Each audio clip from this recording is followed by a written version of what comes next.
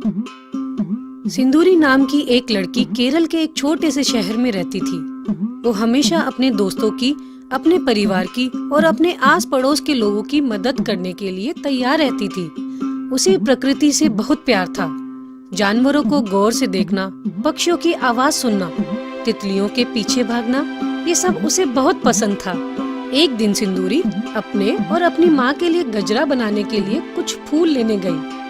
वो सुंदर फूलों को ढूंढते ढूंढते थोड़ा आगे निकल गई। उसे एक बहुत प्यारा और छोटा सा खरगोश दिखा। अपनी आदत से मजबूर सिंदूरी उस खरगोश का पीछा करने लगी। उसे आता देख खरगोश तेजी से भागा और एक गड्ढे के अंदर चला गया। सिंदूरी भी उसके पीछे पीछे गड्ढे तक गई। उसने गड्ढे में झांक कर देखा तो उसका पैर फिसल गया और वो उस गड्ढे में नीचे, बहुत नीचे गिरती चली गई। वो अंदर सूखे पत्तों के ढेर पे गिरी, जिससे उसे कोई चोट नहीं लगी। उसने देखा कि वो एक सुरंग के अंदर आ गई है। उसके मन में थोड़ा सा डर आया, लेकिन तभी उसे बहुत सारे खरगोश दिखाई दिए। वाह, इतने सारे खरगोश! मैंने इतने सारे खरगोश एक साथ पहले कभी नहीं देखे। कितने प्यारे हैं ये! मैं इन्हें अपनी गोद में उठाना चाहती हूँ। बहुत मुलायम होंगे ये सब। उन्हें देखते ही वो अपना डर भूल गई और उसके चेहरे पे एक प्यारी सी मुस्कान आ गई। इतने सारे खरगोश देखकर वो बहुत खुश हो गई थी। सभी खरगोश अपने बिल से अंदर बाहर कर रहे थे। सुरंग के हर कोने में कोई न कोई खरगोश था। उन्हें देखकर ऐसा लग रहा था जैसे वो कुछ ढूंढ रहे हो। ये सब बड़े व्यस्त लग रहे हैं। कोई भी मेरे पास क्यों नहीं आ रहा? लगता है ये सब कोई काम कर रहे हैं। कहीं ये सुरंग इनका ऑफिस तो नहीं है? खरगोशों का ऑफिस। वो कुछ खरगोशों के पीछे जाने लगी। सुरंग के थोड़ा अंदर जाने के बाद उसे एक पत्थर दिखाई दिया। वो उस बड़े पत्थर पर बैठ गई और सभी खरगोशों को देखने लगी। अचानक उसे पत्थर के पास एक लकड़ी का छोटा सा डब्बा मिला। वो डब्बा हर तरफ से बंद था। सिंदूरी उस डब्बे का निरीक्षण करने लगी। अरे, ये डिब्बा कैसा है? बहुत पुराना डिब्बा लगता है ये। मैं इस डिब्बे में इलायची दाने रख सकती हूँ। इसे खोलकर देखती हूँ कि इसमें है क्या। लेकिन उसके खोलने से पहले ही उसे कुछ आवाज सुनाई पड़ी। उसने इधर उधर देखा तो उसके पास एक नीली आंखों वाला खरगोश खड़ा था। वो उसे ही देख रहा था। इतने सुंदर खरगोश देखकर सिंदूरी सब भूल गई थी। उसने वो डब्बा वहीं रखा और नीली आंखों वाले खरगोश के पास जाने लगी। वो खरगोश वहाँ से जाने लगा तो हमेशा की तरह सिंदूरी उसका पीछा करने लगी। खरगोश खुद से ही कुछ बड़बड़ाने लगा। अरे अरे, ये मेरे पीछे क्यों आ रही है? और ये है कौन? हाँ? क्या तुम बोल सकते हो? क्या मैंने तुम्हें अभी इंसानों की तरह बोलते हुए सुना? ये कैसे हो सकता है? शायद मैं कोई सपना देख रही हूँ। अरे, तुम कोई सपना नहीं देख रही। हम सभी खरगोश यहाँ बोल सकते हैं, लेकिन तुम हो कौन और यहाँ आई कैसे? ओह, तुमने मुझसे बात करी? मुझे तो अब भी विश्वास नहीं हो रहा। अरे लड़की, पहले ये बताओ तुम हो कौन और यहाँ कैसे आई हो? ओह, मेरा नाम सिंदूरी है। मैं एक खरगोश के पीछे जा रही थी और इस गड्ढे में गिर गई। वो खरगोश भी यहीं आया है। तुम्हें यहाँ से बाहर जाना होगा। तुम्हारे परिवार के लोग तुम्हें ढूंढ रहे होंगे। हाँ, ये तो मैंने सोचा ही नहीं। मेरी माँ बहुत चिंतित हो रही होंगी। लेकिन मैं बाहर जाऊंगी कैसे? मैं उस सुरंग को चढ़ नहीं पाऊंगी।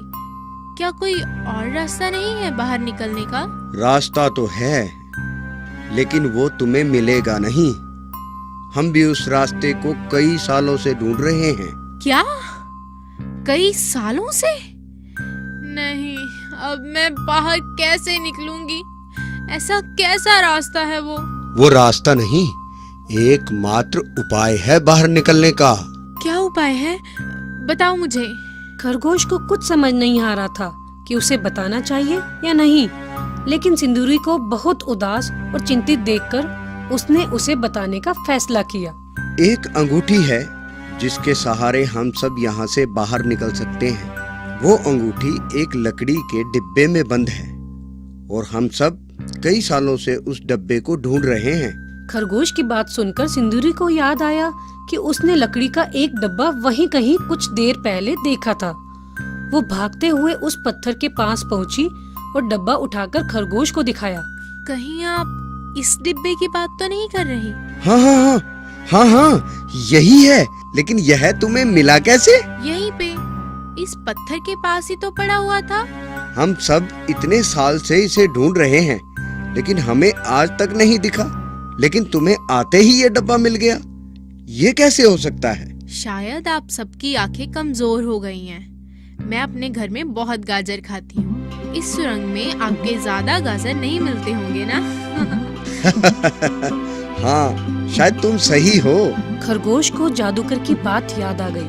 उसने कहा था कि जब कोई साफ और सच्चे मन का व्यक्ति इस गुफा में आएगा, उसे ही ये डब्बा दिखेगा और वो उन सब खरगोशों को श्राप से मुक्त कर सकेगा। चलो चलो, देर मत करो। डब्बे को खोलो और उसमें एक अंगूठी होगी। उस अंगूठी को पहनो और ये शब्द बोलो, श्राप मुक्त। समझ गई ना? हाँ, समझ गई। लेकिन ऐसा ही क्यों बोलना है? किस श्राप की बात कर रहे हो तुम? वो सब मैं तुम्हें बाद में बताऊंगा। चलो, जैसे मैंने बोला है वैसा करो। सिंदूरी ने उस डब्बे को खोला और उसमें से अंगूठी को अपनी उंगली में पहन लिया। श्राप मुक्त। अचानक एक तेज रोशनी आई। सिंदूरी ने अपनी आंखें बंद कर ली। उसने जब आंखें खोली तो वो सुरंग के बाहर आ गई थी। उसके आसपास बहुत सारे लोग खड़े थे। इतने सारे लोगों को देखकर वो हैरान हो गई। आप सब कौन हैं? और आप मुझे इस तरह क्यों देख रहे हैं? तभी नीली आंखों वाला एक आदमी सामने आया और बोला, हम सब उस सुरंग के अंदर के खरगोश हैं, जो अब तुम्हारी वजह से इंसान बन गए हैं। मैं वही हूँ जिससे तुम अंदर बात कर रही थी। क्या? मुझे कुछ समझ नहीं आ रहा अंकल।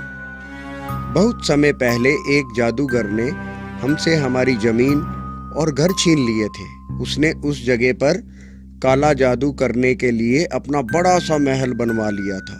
उसने हम सबको श्राप देकर खरगोश में बदल दिया था और मरते समय श्राप को मुक्त करने का उपाय उस अंगूठी में डाल दिया था। उसने कहा था कि अंगूठी वाला डिब्बा एक साफ और सच्चे मन वाले इंसान को ही मिलेगा। हम सब खरगोश के रूप में डिब्बे को रात दिन ढूंढते रहते थे, लेकिन वो हमें कभी नहीं दिखा।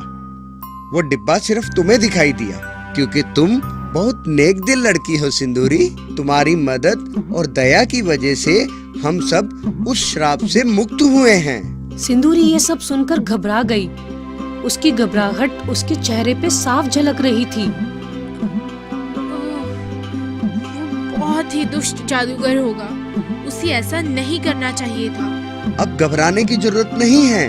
वो जादूगर अब मर चुका है और आज उसका श्राप भी खत्म। सिंदूरी को अब भी बात पूरी तरह समझ नहीं आ रही थी। उसे अपनी माँ की भी याद आ रही थी। उसने उस बात को भूलकर घर वापस जाने का सोचा। अच्छा है, ये लीजिए आपकी अंगूठी। मुझे अब घर जाना चाहिए। माँ परेशान हो रही हूँ। उसे तुम रख लो, ये तुम्हारा उपहार है बेटी। ओह, धन्यवाद। सिंदूरी ने सबको अलविदा कहा और वहाँ से चली गई। वो कुछ दिन के लिए ऐसी दिलचस्प घटनाओं से दूर रहना चाहती थी, लेकिन ये सब अपनी माँ को बताने के लिए वो उत्सुक भी थी। उछलती कूदती वो अपने घर गई और माँ के गले लग गई। फन लर्न टून को सब्सक्राइब करें।